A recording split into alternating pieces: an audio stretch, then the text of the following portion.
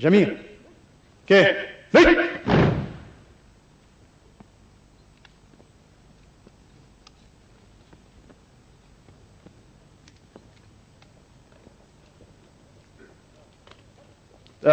هب. كتب سلاح. حي. جانب سلاح. حي. كيف؟ هيك.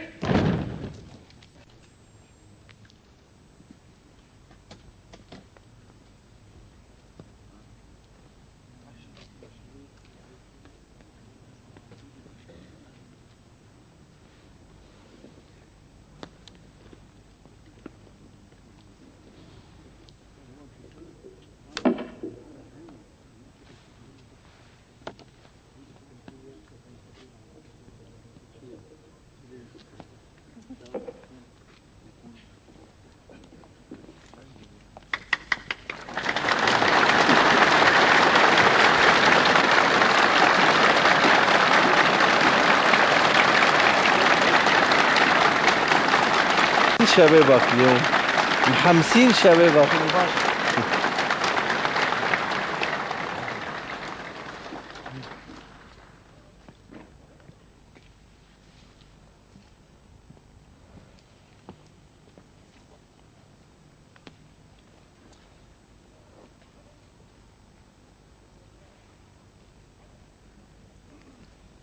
أهلا وسهلا فيكم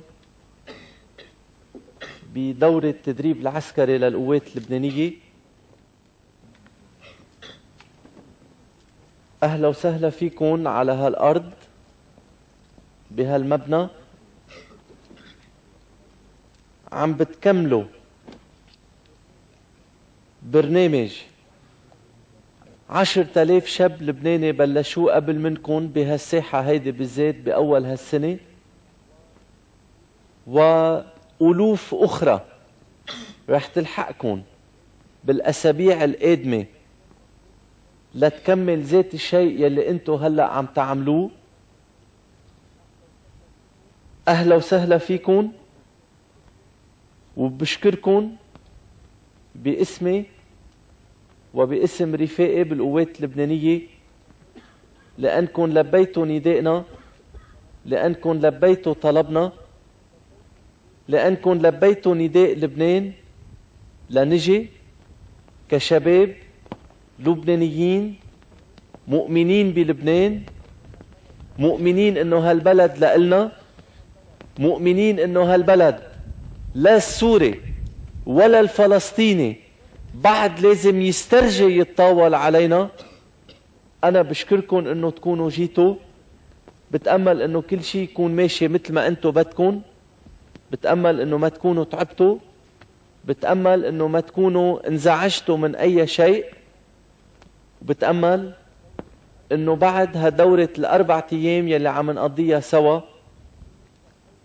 نكون شقينا طريق جديدة كلنا سوا كشباب لبنانيين مؤمنين بهالبلد، عم ببلشوا صفحة جديدة مع بعضهم، صفحة طويلة، صفحة بدها تكون كلها أمجاد كلها عز لنقدر نحافظ على هالبلد مثل ما نحن بدنا اياه، مثل ما 5,000 شاب من شبابنا ماتوا من شان لهالبلد يكون.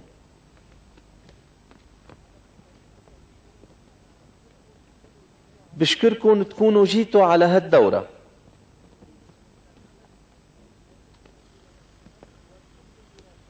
وتحطوا براسكم انه نحن هلأ ببداية الطريق، طريق جديدة لإلكن، طريق جديدة لكل واحد منكن. معظمكن اليوم لأول مرة عم بيلبسوا أخضر، لأول مرة يمكن عم بيتدربوا، لأول مرة عم بيناموا برات البيت، لأول مرة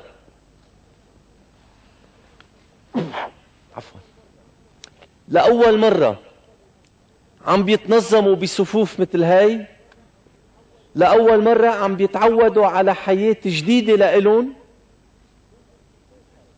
لازم تتاخد بكل جمالها، بكل قوتها، بكل طهارتها، بكل عمقها اللبناني.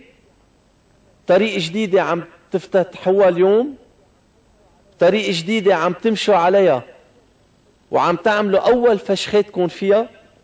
بدنا نكون متفاهمين عليها من الأول لتعرفوا على الضبط لوين رايحين، شو يلي مطلوب منكم وليش انتو هون. انتو تلاميذ السكوند بمدارس لبنان الحر، بلشتوا السنة تكونوا بجو، بعمر، بصف يبلش يجعل منكم رجال عم بتبطلوا اليوم تكونوا اولاد، عم بتبطلوا اليوم تكونوا اشخاص ضعاف بدهم يتكلوا على غيرهم ليحميهم، بدهم يتكلوا على غيرهم ليدافع عنهم. اليوم انتو عم تنضجوا، عم تكبروا، عم تتقووا. اليوم عم تتعرفوا على شيء جديد. هالشي جديد هيدا شو هو؟ نحن ما عم نريد نجيبكم لهون على التدريب العسكري بالقوات اللبنانية لنعملكم غسل دماغ، لنعلقلكم على صدركم زر كتائب أو زر أحرار أو زر حراس أرز أو زر تنظيم. ما عم نجيبكم على التدريب حتى لنعلقلكم زر القوات اللبنانية. منا عم نجيبكم على التدريب لنطلعكم من عيلتكم، لنطلعكم من حزبيتكم يلي عنده حزبية معينة، لنطلعكم من معتقدكم يلي عنده منكم معتقد.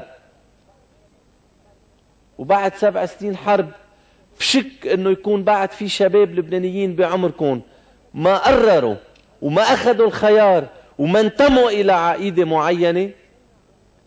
نحن منا عم نجيبكم لهون لنعملكم عملية غسل دماغ او لنظهركم من الجو يلي انتو فيه ولنغيركم معتقدكم ولنجعل منكم أداة تتجاوب مع أمرة قيادة ما بتعرف كيف عم تعطي الأوامر على المزبوط.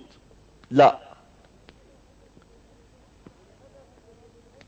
الهدف يلي من أجله عم نبعت وراكم اليوم أبسط بكتير من هيك. يمكن البعض منكم رح يضحك، يمكن البعض منكم رح يقول ولو حرزت كل هالأمور من شان تعلمونا هالشغلات. بهالسنة انتو بالسكوند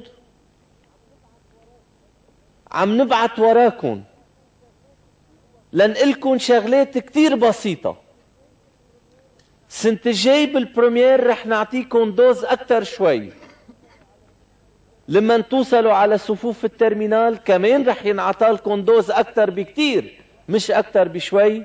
وقت يلي بدكم تجوا 15 شهر ورا بعضهم، يعني 1 و3 أشهر تخدموا بكل الجبهات، بكل المتاريس، وبكل الأسلحة يلي بتكون موجودة بتصرف القوات اللبنانية. اليوم بوضعكم حبينا منكم انه تجوا لنعلمكم انه بوليس السير على الطريق بدنا نحترمه. الشجرة يلي على الطريق بدنا نحافظ عليها. استاذ المدرسة او المدير بالمدرسة او اهلنا بدنا نحترمهم،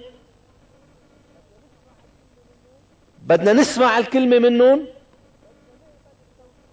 بدنا نقبل التوجيهات وبدنا نقبل يلي عم بيقولوا لنا عنه. بده يكون إلنا ثقة فيهم، بدنا نحترم الإدارة، بدنا نحترم السلطة.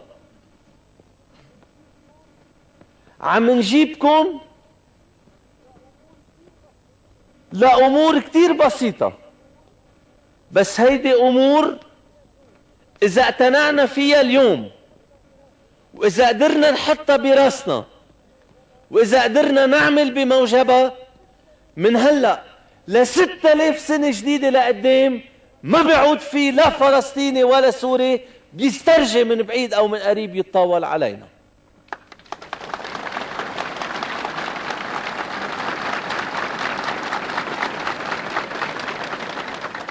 يمكن البعض منكم يسأل إذا احترمنا بوليس السير على الطريق، أو إذا رجعوا حطوا الأضوية حمر أو خضر على الطريق ووقفنا على الضوء الأحمر، هل هالشي هيدا كافي ليبطل السوري أو الفلسطيني يتطاول علينا؟ أنا بقلكم إيه، لأنه ما قدر السوري ولا قدر الفلسطيني ولا قدر أيا كان يتطاول علينا إلا وقت يلي نحن جوا كنا مرتين، وقت يلي نحن بالداخل كنا شعب مرت عم بيزعبر، عم بيكذب، عم بيخالف القوانين، ما عم بيحترم حدا، ما عم بيحترم سلطة، ما عم بيحترم قانون، ما عم بيحترم نظام. منشان هيك الأغراب قدروا علينا، منشان هيك الأغراب فكروا انه ب5 فلسطينيين بكبونا بالبحر لانه نحن مرتين. 5000 شهيد من شبابنا غيروا المعادلة، مات 5000 شاب من شبابنا. يمكن البعض منهم اخوتكم، يمكن البعض منهم اولاد عمكم، يمكن البعض منكم جيرانكم، يمكن البعض منكم بيقربوكم او اصحابكم. 5000 شاب من شبابنا ماتوا لأنه ب40 سنة استقلال، صدقوني يا شباب، نحن بنينا مزرعة، نحن ما بنينا دولة. اليوم الدولة عم تنبنى، انتو يلي عم تبنوا الدولة، انتو يلي عم تبنوا وطن. ادفعوا المحامين والأطباء والمهندسين وضباط الجيش، القضاة، يمكن الخوارنة، يمكن البطاركة رح يطلعوا من عندكم. من هلأ بدنا نبلش نتعلم لنخلق جيل لبناني مزبوط، ما بقى يفوت على امتحان والرشدة معه بجيبته ليقدر يزعبر. ما بقى بدنا حدا يفوت على فحص وحاطط براسه انه بده يزعبر لينجح. يلي بيزعبر اليوم بامتحانه بده يزعبر بالمستقبل بحياته. ولبنان إذا وقع فيه 100,000 قتيل و5,000 شهيد، هيدول قتلوا ولبنان اتدمر والسوري والفلسطيني طولوا علينا، لأنه نحن تعلمنا نخلق على الزعبرة، تعلمنا نربى على الزعبرة. ومنشان هيك نوابنا أوقات بيزعبروا، وزرائنا بيزعبروا، بطاركتنا بتزعبر، مطاريننا بيزعبروا، نحن منزعبر، وكل لبنان صار مبني على الزعبرة. وهيدي نتيجة الزعبرة يلي هلأ عم نشوفها. هلأ منا عم نطلب منكم تجوا اليوم على التدريب لنقلكم كيف بتنساق دبابة أو كيف بينساق بابور أو كيف بنقدر نعمل محاولة اقتحام أو هجوم أو أي عملية عسكرية على العدو. منا جايين نعلمكم من هلأ كيف بينفك كلاشين أو كيف بنستعمل دوشكا. منا جايبينكم اليوم لتتعلموا كيف بينضرب على RPG أو كيف بتتنظم صفوف عسكرية. هيدا بيجي السنة الجاي، هيدا بيجي السنة يلي بعدها، لما تكبروا أكتر شوي، لما تقووا أكتر شوي، ولما علمكم بيصير يسمح لكم تعطوا من وقتكم أكتر للتدريب العسكري. اليوم بكل بساطة عم نجيبكم لتتعلموا إنه بهالبلد ما بقى نقبل ولا أنتوا لازم تقبلوا انه بعد حدا يسترجي يقول انه 1 و1 بيعملوا 11. ابتداء من اليوم بالنسبة لإلكم ولإلنا 1 و1 بيعملوا 2، لا بيعملوا 1.5 ولا بيعملوا 2.25 ولا بيعملوا 11.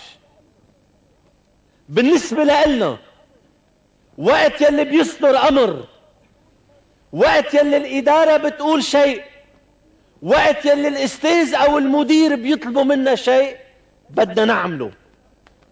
بدنا نحترم السلطة، بدنا نحترم الإدارة، بدنا نحترم النظام. لما يدق الجرس لازم نعرف شو معناتها. لما تنعطالنا أوامر لازم نعرف شو معناتها. ما بقى نقدر نعيش عيشة التجليط، عيشة الكذب وعيشة الغش يلي 40 سنة استقلال لبنان عايش عليها. نحن عم نبعت وراكم اليوم بكل بساطة من شان هالأمور هيدي بالذات، لأنه ما ممكن ينخلق لبنان جديد، ولا ممكن ينخلق لبنان قوي، ولا ممكن ينخلق لبنان بيقدر بعد يعيش 6000 سنة جديدة إذا المواطن اللبناني ما كان مواطن مزبوط. يلي بيفتقروا اليوم لبنان قبل كل شيء هو هالمواطنية الصالحة، هو هالمواطن يلي بيؤمن بلبنان فوق كل شيء، يلي بيؤمن بلبنان بدون زعبرة، بدون كذب، بدون غش، بدون هرقة.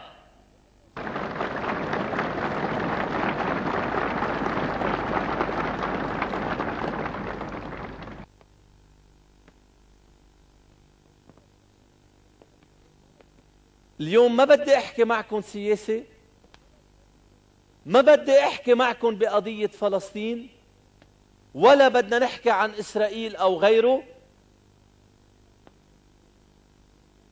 عطوكم توجيهات كافية، تمكنتوا تطرحوا الأسئلة يلي بدكم. أنا هلأ دوري معكم اليوم بالذات ما هو سياسي. أنا جاي إلكم بدنا نكون كلنا سوا رجال بخدمة لبنان. قد ما نحن منكون قوية، قد ما نحن منكون منضبطين، قد ما نحن منكون منظمين، قد ما نحن منكون كتار، نحن ساعتها منقدر نفرجي للسوري ومنفرجي للفلسطيني كيف بيتطاولوا على أطفالنا، كيف بيتطاولوا على عيالنا، كيف بيتطاولوا على ضياعنا، ومنفرجيهم لهالمرتين انه يلي بده يجرب يدعس على اجرنا بعد ما خلق.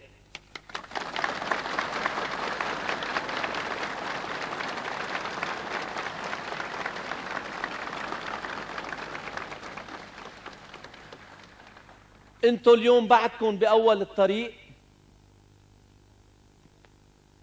مدربينكم بدهم يعطوكم المثل الصالح. بدنا نتعلم نبطل نكذب، نبطل نغش، نبطل نزعبر، نبطل نخاف، نبطل نهرب، ما نعود نكون جبنة. هالبلد هيدا انخلق بمدة 40 سنة على أسس مخلوعة كلها سوا من تحت.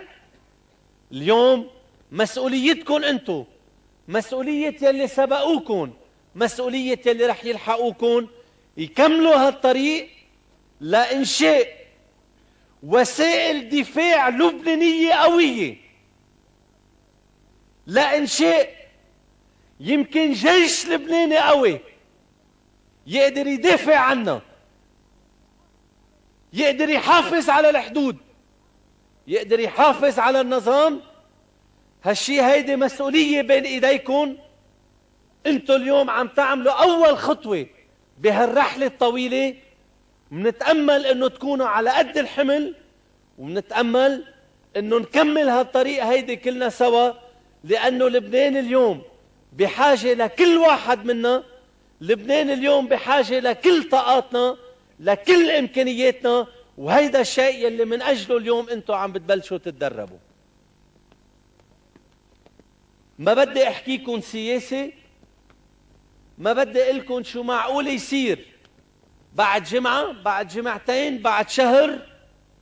ما منعرف شو معقول يصير، بس في شيء واحد بقول لكم اياه: ما معقول بقى انه 30,000 جندي احتلال يبقوا على ارضنا.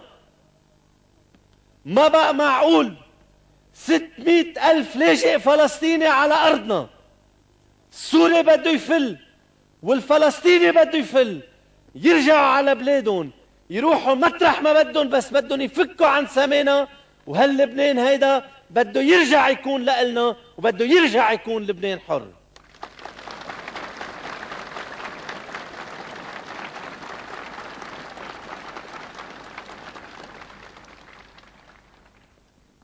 نتعاون كلنا سوا. وقت يلي القيادة بتطلبنا منلبي، وقت يلي القيادة بتأمرنا مننفذ، وقت يلي القيادة بتقرر انه اليوم كل الشباب اللبنانيين بدهم يكونوا مجندين لخدمة لبنان، بدنا نكون حاضرين. ما بدنا نخاف، ما بدنا نتردد، ما بدنا نكون مايعين، ما بدنا نكون جبنة. نحن احسن شعب بهالمنطقة وبدنا نبقى احسن شعب. هيدا البلد احلى بلد بالمنطقة وبيبقى احلى بلد.